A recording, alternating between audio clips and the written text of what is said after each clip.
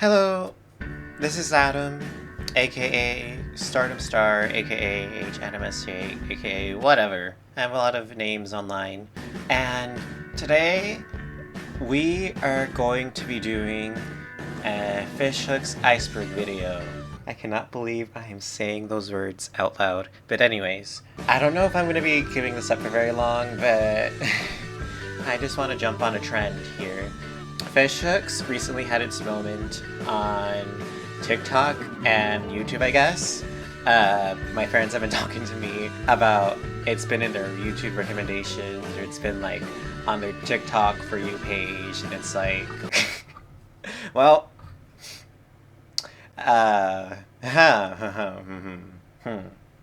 anyways. I'm just gonna be laughing through this whole thing. In this video, I will be talking about, I guess, some of like the lore of like both like fishhooks and like things about fishhooks. Only someone like me, who was very, very obsessed with this show 10 years ago, would be able to make this show. Like, I've asked for help, but I don't think I can find anyone else who was very, very much fixated on this show back when it was still airing and like knows way too much than a normal person should know. But let's just get started before I make myself look worse. Bea and Oscar becoming canon.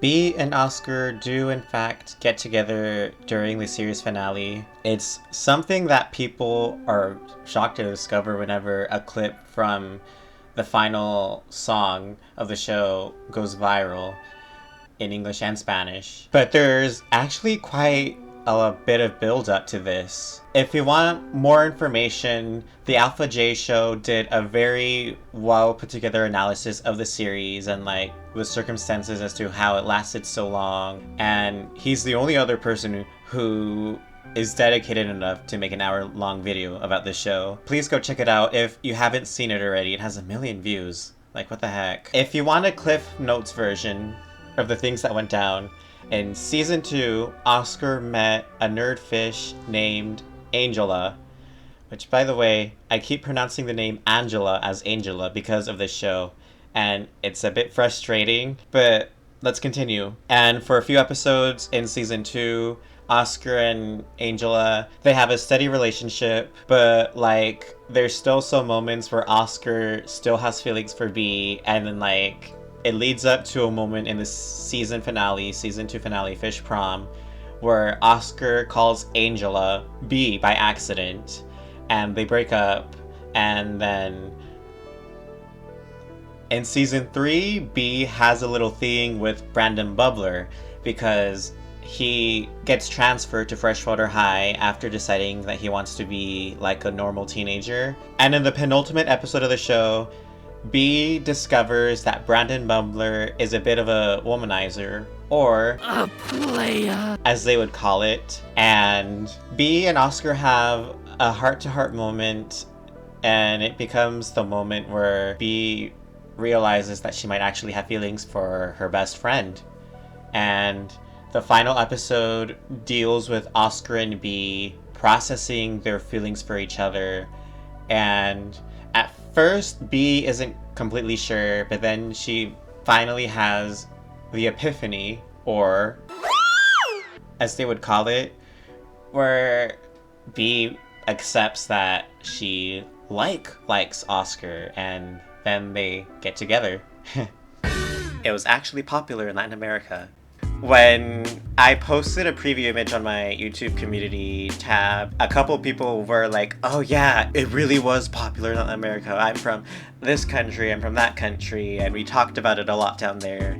And yeah, it kind of got like more popular than it did here in the US, I believe. It got nominated for a Kids' Choice Award in Argentina. Like, the actors who played Milo, Oscar, and Bea were also played by like local Disney personalities. Bea in particular is actually kind of a big name nowadays because she was in like a show, and then she's about to star in another show. But I digress.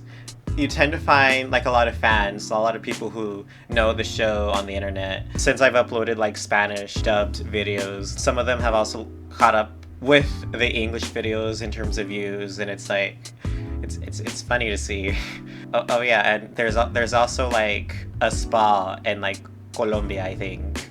That's called like the Fish Hooks Spa, and it's like not official, but I think it's funny that I found that.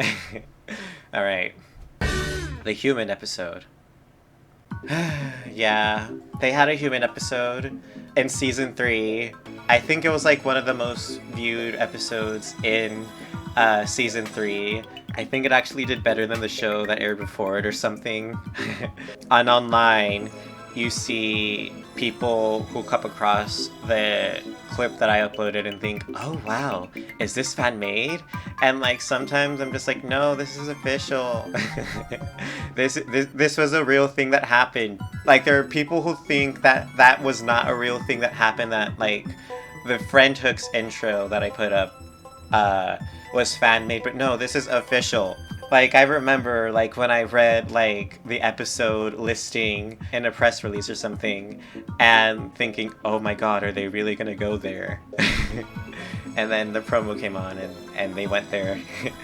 It's very much a fan favorite episode, and, like, people say to this day that maybe the show would have turned out better if this were the concept they went with, but I kind of disagree, just because the show itself has like its own like unique image with like the photorealistic art style, and yeah, that's all I really have to say. High school equals 4 years, the show equals 4 years. There's not much to say about this one. Just the show started in September 2010 and then ended in April 2014 in the US at least. It ended in Russia in like December 2013, I believe. I feel like April probably was a bit too early for them to graduate, because like usually here we graduate in like May, of course, or June. It would have been interesting to see them in like college, but I don't think kid shows really do like college arcs ever. It's either they're an adult or they're a child. Nothing in between. But I digress. Yes, Big Cartoon Guy worked on the show.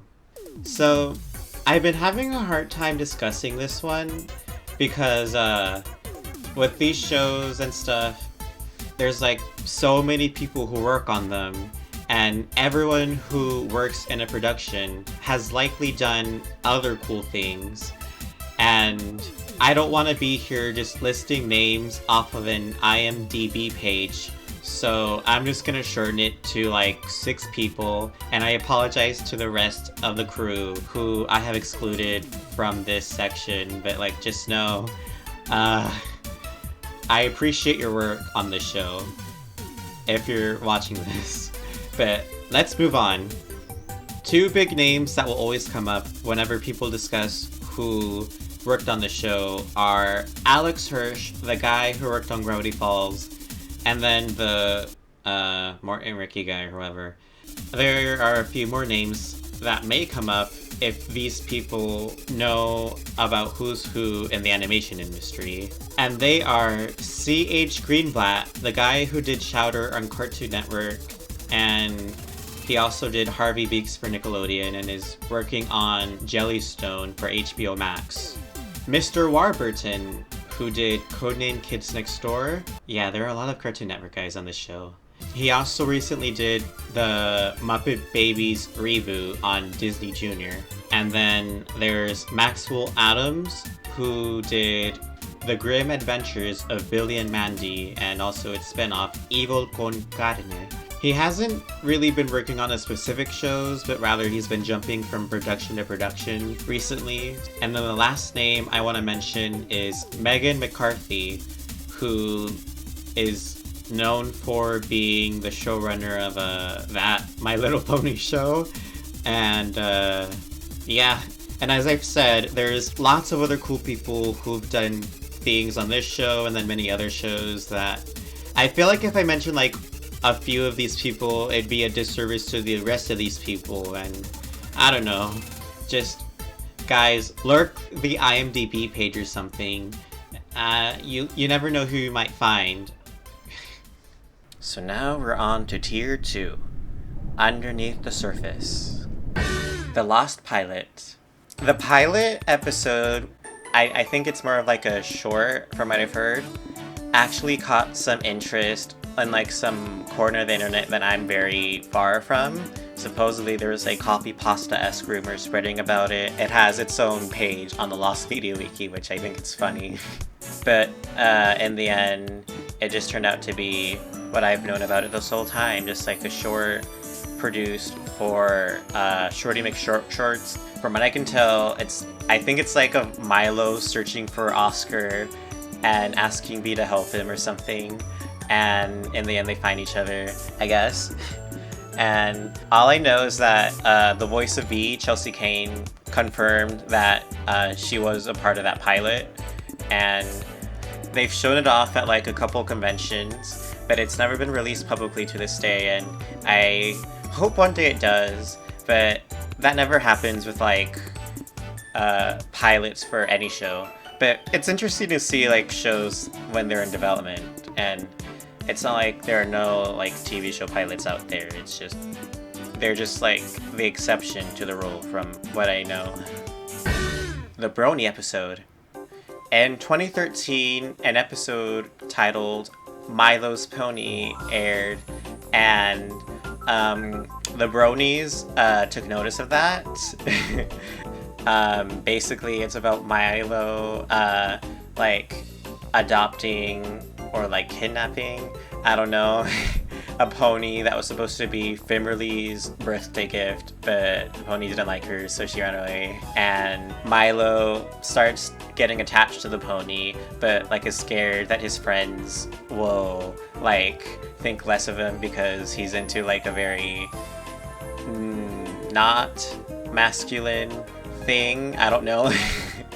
The pony is like pink, it's glittery, that's not what men like, blah blah blah. But then at the end they talk about like their guilty pleasures. I hate you four sassy girls in the big city. Oh, I can't wait to see season 7. And Equestria Daily did like a story on it. Did like a little post on it, and I found it funny how like a video that I uploaded ended up on there like after. I'm really exposing myself today, aren't I? God. The Fish Hooks shorts. Oh my gosh. It's something I've talked about on this channel before, but basically they're like 6-7 shorts that Disney released to promote the show in like 2010, and 3 of them are only available in like 4:3 standard definition quality, and like the widescreen like versions I found come from like their European divisions. I think more specifically the Dutch division. And there are 3 shorts that they aired during a Christmas marathon that they never aired again afterwards. And one of them involved a song, and the song's kind of catchy, and I'm sad that there's no high quality version of it in English. And if you're watching this, nag Disney Plus right now to put the shorts on Disney Plus right now, please. Just we need this. I need this. I personally need this. I'm too old for it, but it's been a while, but I still need this. There is also a Christmas version of like the house party short they did to like cross promote with a certain bad horrible movie.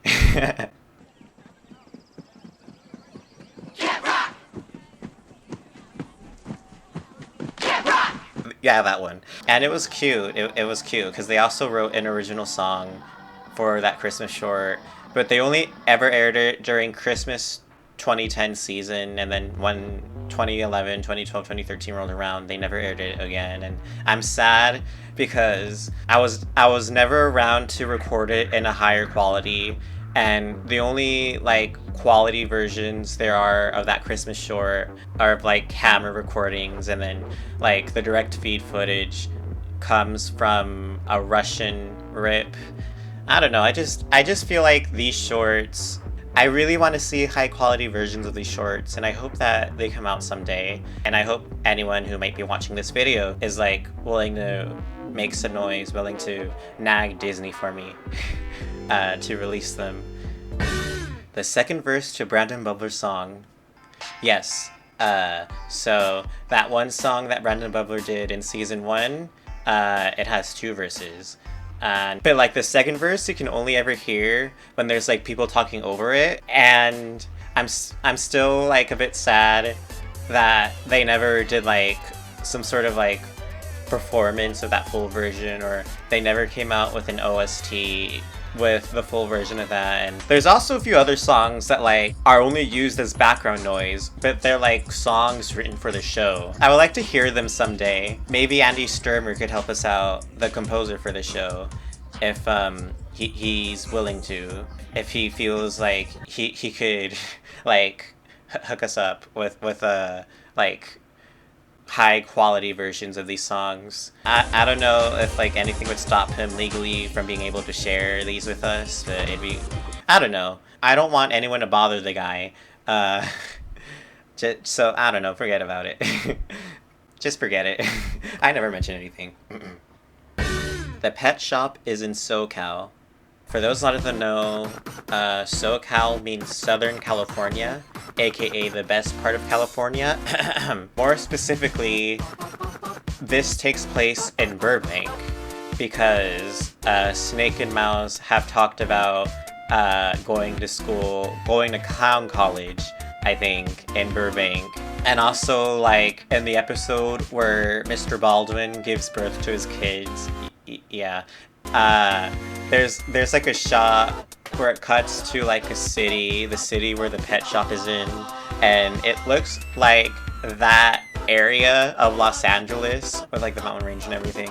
Fish Hooks takes place around where I live, so. Coach Salmons and Mr. Muscles are low-key in a relationship. I mean, it's one of those cases where it's like they play it as a joke, so we shouldn't really treat this as like any sort of progressive representation.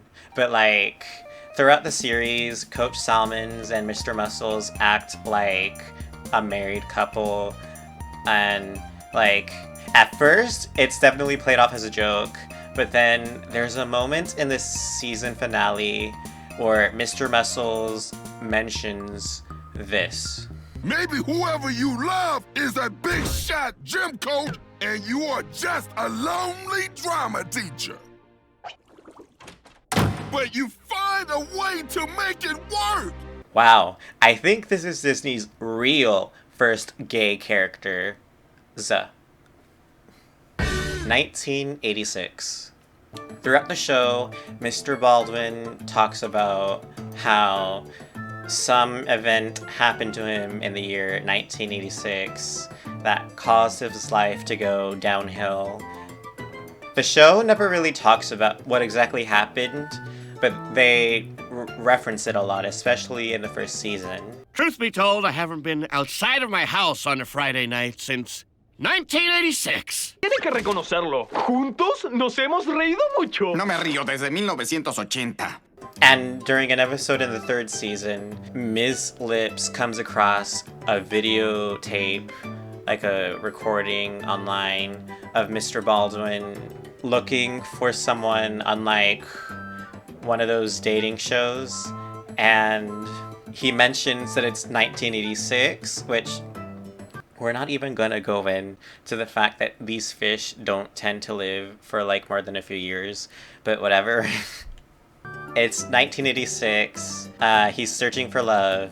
We can only wonder what happened between that video and now that caused him to say 1986 was such a horrible year. My theory is that he got impregnated, and he's been pregnant for so long since 1986, dealing with all these like downsides of pregnancy for so long.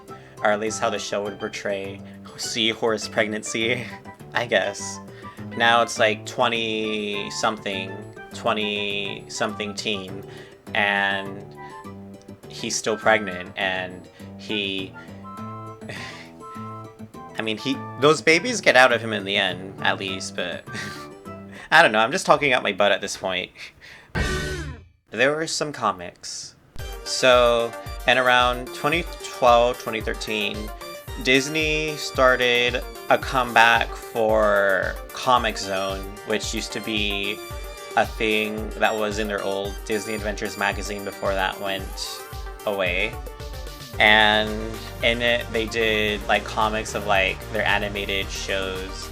Like they did a couple like Gravity Falls features. I don't think they actually did Gravity Falls comics, but they did like activities. And there was like, of course, Phineas and Ferb, and there were a couple of Fish Hooks comics made for that. Only 2 issues of Comic Zone magazine ever released before they abandoned the project, I guess. And it turns out there are actually more comics made that to this day have never been released. I believe like someone who worked on it posted like a couple pages of issues that never did release on their blog, and I wonder if they're more like sitting in a vault somewhere. I'd like to see them someday. Yes, Celebrity did a voice on the show. The fun thing about doing a show on Disney, I assume, is having enough clout to be able to pull in celebrities to do appearances on your show. Fish Hooks was no exception to this. Of course, there's like a lot of like Disney Channel talent from like those like live action shows that they like to advertise heavily. Oscar, I dreamt about you every night. Don't you remember? I'm Kevin! Sometimes we can try our very best, but we still trip and fall. 'Cause guess what? I'm a villain. Or are you, chicken? See you tonight. I'm Randy Pincherson! But they've also had some like funny names pop up here and there, like... See you at the competition, Clamantha. What is that awful fish mouth? Making my eyes water. Don't worry, I'll take good care of her. Your good earth-friendly deeds have summoned me. Remember, there's a lid for every pot. Ah, children. Yes, delicious apples for you all. Who am I? Wait a minute. Who am I? Unregistered thespian activity detected. You're right, Milo. I do not believe you. But I believe you. Don't you ever give up on your dreams! You're always so positive and upbeat. It makes me happy. The cappiest cap that ever slapped a nappy pap. I guess when you got the goods like me, you can't blame him. Trust me, I'm no brain. I know everything. Well, I never was good at math.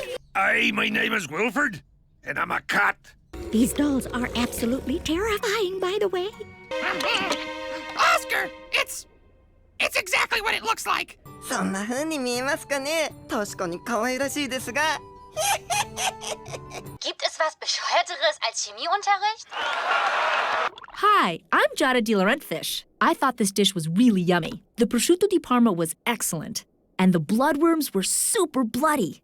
I'm Bobby Fillet. Why am I judging this high school competition? My agent said this was a real gig. I'm gonna fire that guy. I apologize for whatever nightmares you might be having. And I'm sure there are many people who I am forgetting, but I don't want to spend the whole day looking through episodes just to see who might have guest starred in which episode. So let's move on. Tier 3, the deepest someone normal can go. The surname Fishtooth. When the show came out, a lot of news outlets were reporting that Milo and Oscar's last name was Fishtooth, and like that somehow caught on like everywhere. But people who worked on the show clarified that their last name isn't Fishtooth, that the last name is actually just the fish. Oscar the fish! Milo the fish! You are under arrest for the destruction and draining of the tanks! All right, everyone.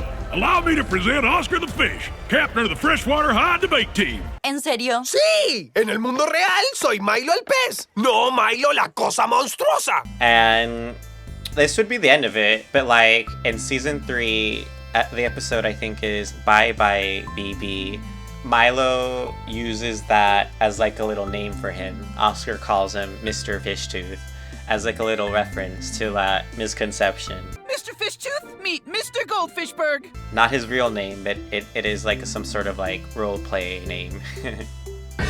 Believe it or not, this show had merchandise. Yes, there was merchandise for this show, but none of this merchandise was ever meant to be mass-produced and sold at like a Target or something, but rather given away at events as like something promotional or like made for the Fishix crew. A lot of this is pretty basic.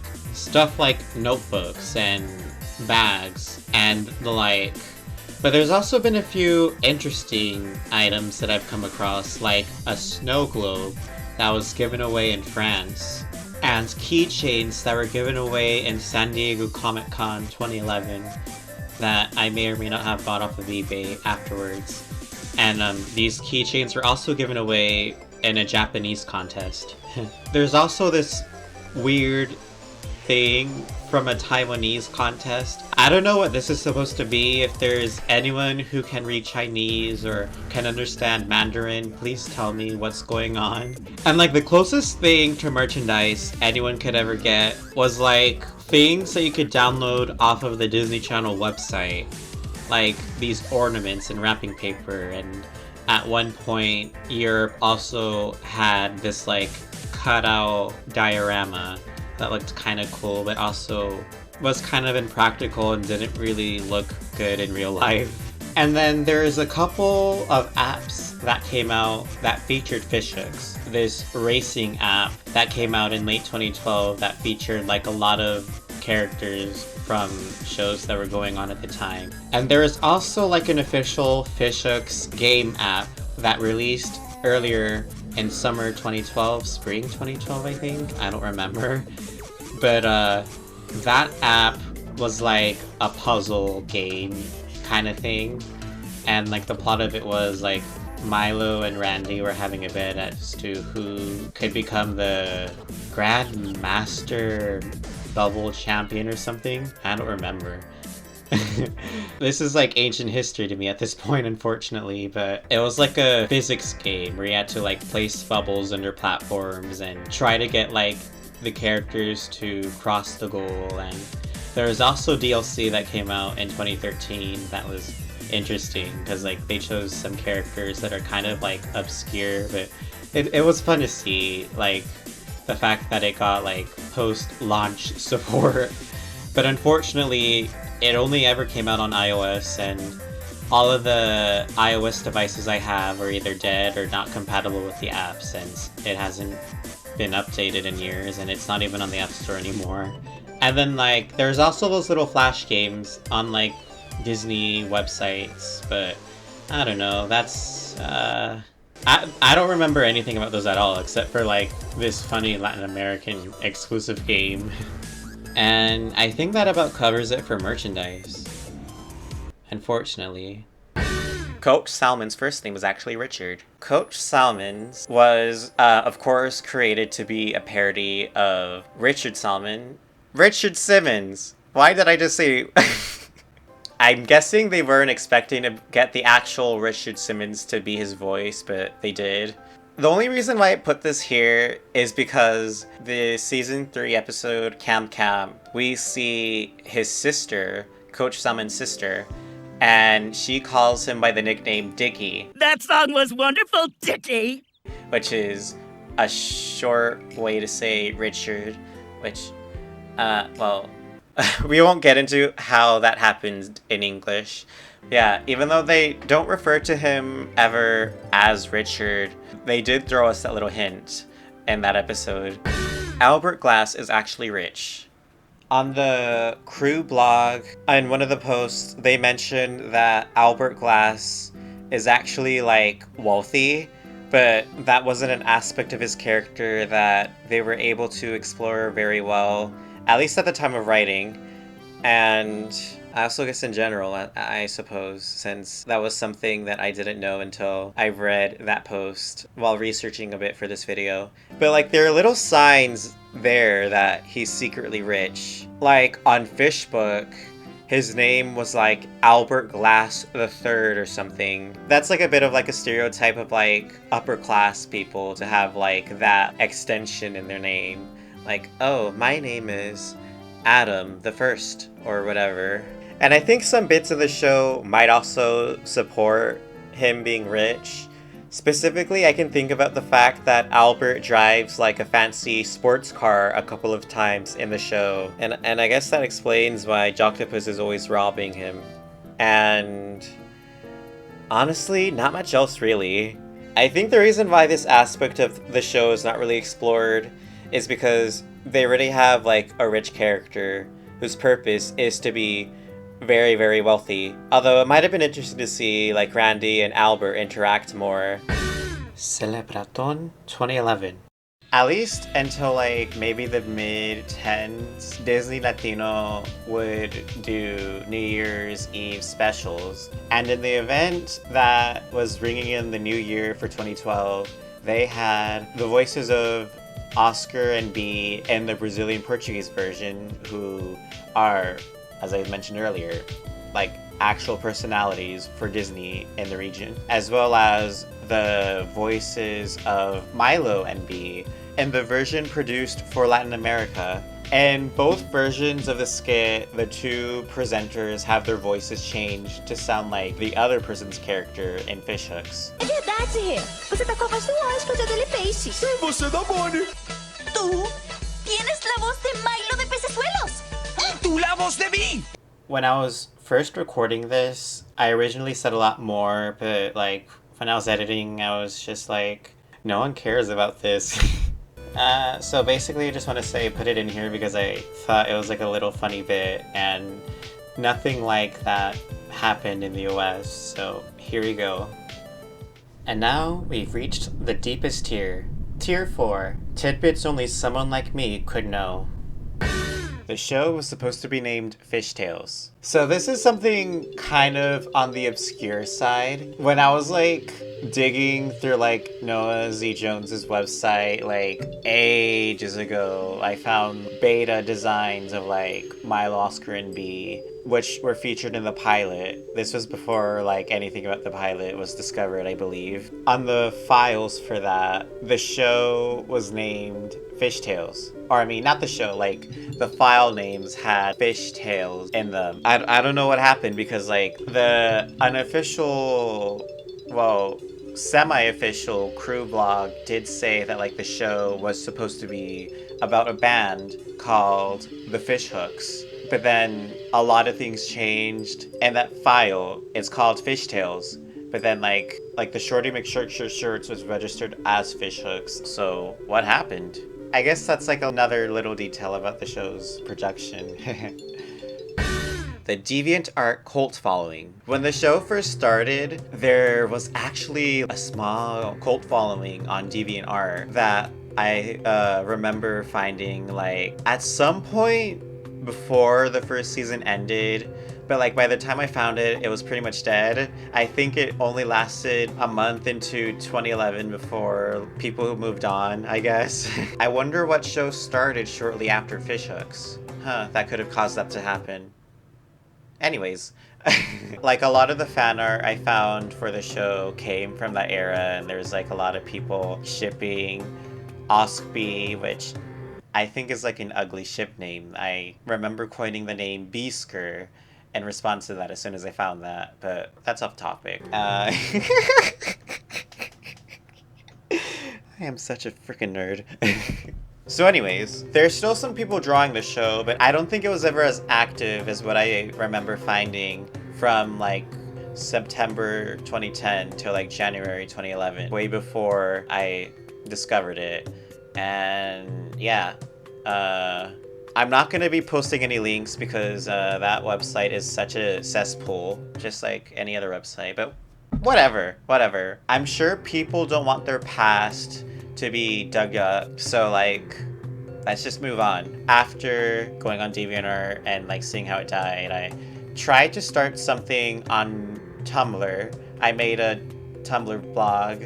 It was partially inspired by the Cruin blog. I wanted to post things from a fan perspective, but it never really quite took off. If you want to know the state of the fandom, like by the time the series ended, when I hosted a not so authorized live stream of the series finale, it reached as high as like 47 people at one point. I'm sure like at least a quarter, maybe half of those viewers came from a Facebook page a friend used to run for Latin American fans, because it was like he might stream it in Spanish as well, and it did in fact air that day in Spanish. 47 viewers, that's not a lot of people, but I guess that's just like the people on Tumblr and on Facebook that were able to make the stream on the Eastern time. Because I remember one person said they wanted to attend, but they weren't able to attend because they had something to do that day. And also Noah Z. Jones followed that blog, and I'm sure a couple other people who either worked on the show or were like in the animation industry did also follow that vlog. Hi, so it came to my attention while editing this that the person who created the Morta Twy ship herself was a Fishhooks fan. Cartoons Lover 16. Maybe this name will ring a bell for some of you, or a lot of you. But looking more into that ship unlocked some memories from back then, because I was kind of involved in wherever there was a fandom for Fishhooks back then, like in the 2012-2011 period. But yeah, let's continue. The time and episode leaked on iTunes, and no one knew until I bought it. Okay, so this is about the episode from season 2 that's called Unfinished Doll Business, where Bee gets a doll from her mother that's pretty much haunted, maybe. And it's paired up with another episode called Bee Sneaks Out, I think. I think in like the press announcement, the pair was announced to air together, but then Bee Sneaks Out ended up airing with a different episode called Busy Bee Rise of the Machines. So yeah, Bee Sneaks Out and Busy Bee aired, and then I think the following day on like iTunes and stuff, there was an episode that came out that I didn't purchase immediately.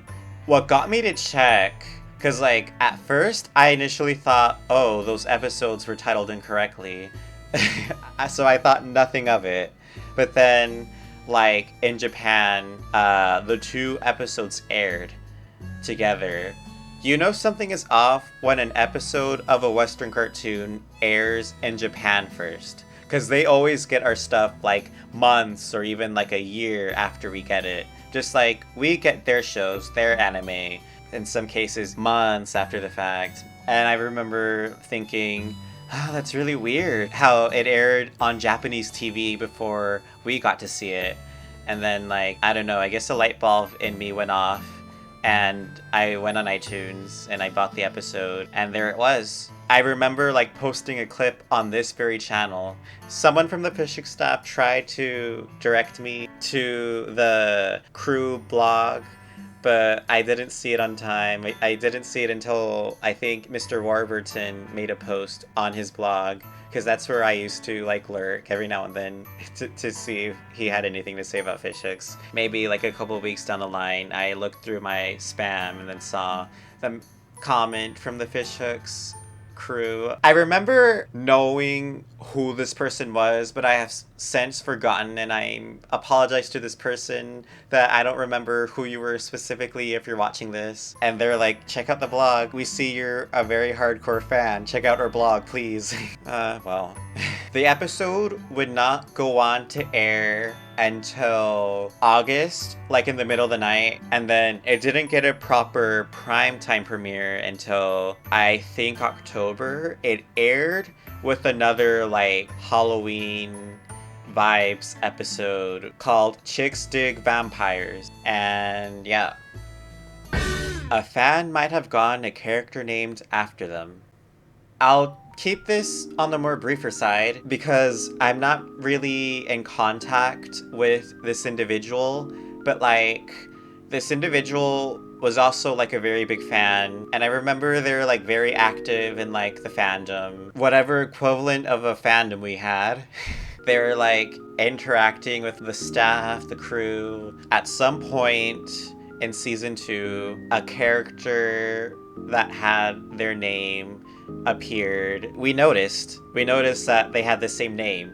Now, I'm not gonna go too much into detail about this. I'm not gonna say who this character is just because the person in question goes by a different name now. I'm sure they cringe if they had people. This person was pretty young. They're younger than I am. You know how like young people are on the internet. I mean, can't be any worse than me making a whole video about fishhooks. But anyways, this is just a thing that we both noticed. I don't think anyone from the crew ever said anything, but they were a pretty big fan. It'd be more surprising to me if this character wasn't named after them. And yeah, that's all I can really say about this. The time a friend subtitled an episode that aired in Latin America literally the day before it aired here.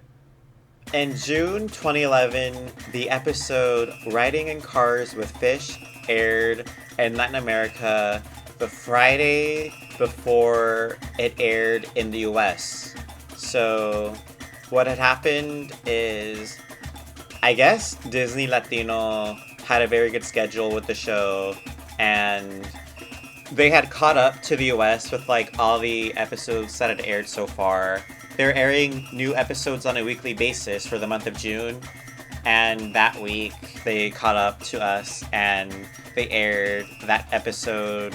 This wasn't the first time an episode had aired outside the US before it aired here, but this was the first time this had happened in Latin America, and it wouldn't be the last as well. I remember when my friend uploaded it, it was the afternoon here, and like another person who was like also kind of active in the fandom was like, can you please subtitle it? Another note is that this friend is like very fluent in English, but like he was also like, why? It's gonna air tomorrow. What's the point? But the person was like, please subtitle it, please. And then my friend was like, okay, fine, I'll do it. And he did it. But I don't think he was able to complete the subtitles until like before the episode aired on the East Coast in the US. Like he said, like we both thought there wasn't really a point to do it, but he did it. And I remember like a little translator's note, like at the start of the video, asking us to like take something in mind, because like he took a lot of time writing the subtitles, and of course English isn't his first language and stuff like that. And then the episode aired in the US, and I hope the person appreciated all that work, because I've subtitled a few things before and I've translated a few things before as a hobby, and that's really tough. It's really tough. And now here's the most cryptic entry on this iceberg that we will be finishing off with, and it's whatever this thing is. So on the crew blog, they posted little collages of Milo, Oscar, and Bee with stills from the first 2 seasons, because this was happening before the 3rd season aired, and this weird shot of Milo was in Milo's collage, and I am 100% positive this shot has never appeared in the series itself. I tried drawing attention to it a couple of times on my Tumblr, but there was never really an explanation for that shot. I remember having a theory that like there was like a secret episode of the 2nd season that had never aired before, and they had decided to keep unaired because of this one screenshot. And like now, I don't think that's likely, but I still think like I need an explanation for this. Where did this come from? Like this is some truly out of context vibes coming out here. Like that one episode of Phineas and Ferb where they had a clip show with clips that had never appeared in the show itself. Also, I remember someone in the fandom dug up this screenshot of Principal Bee that also never appeared in the show itself.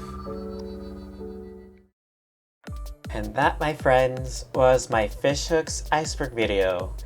Did you like it? Did you hate it? Did you think it was cringe? Well, I hope that you found some fun and joy out of all this. I know it's pretty long and rambly and very amateurish, but what else can you do? Like, we all gotta start somewhere. The show was an obsession of mine when I was like a young teen, like about to get into high school, and I really enjoyed seeing like the show blow up on social media over the summer. If anyone who worked on the show happens to be watching this, you never know, this is the internet, and this is YouTube, you never know what can happen on YouTube. I just want to give a heartfelt thank you. As I've said maybe a couple times throughout the whole video, I appreciate all the work that has gone into this show. Even if it's not like a Steven Universe or a Gravity Falls, it's still something that many people poured their hearts in, you know? And to anyone who's watching, if you think there's something that deserves to be on a Fishix iceberg, then discuss it in the comments. I'd love to hear what all of you think, as long as it's all nice and not all just people calling me cringe. If for some reason you want more of me, then I do have another channel that I do stuff on nowadays, called Star Adam Star. For the moment, I mostly just live stream video games, but if I ever get ideas for another video like this, then that's where I'll put them up on. By the way, for this video, I've been keeping things PG rated, but for Stardom Star, I won't be as conscious of that, so if you're like under the age of 13, I would steer clear of that channel. Anyways, here's a sample of the mischief and hijinks that have occurred on stream. I'm the driver, oh god, this is a lot of pressure. Oh my god. Piochez 2. No! Piochez 3. No!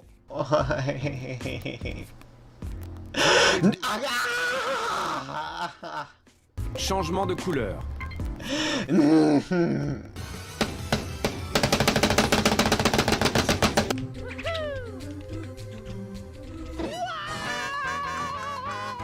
My patience is being tested. And you know what? I failed that test. If you somehow didn't find that annoying and are willing to put up with me listening to me mumble, stutter, and speak broken Spanish, perdón, por cierto, a los hispanohablantes, then why not check me out on Stardom Star? I don't really have much of a use for this channel anyway, it's just a museum at this point, like a monument of what I used to do a decade ago. But yeah, that's about it. Thanks for watching, bye!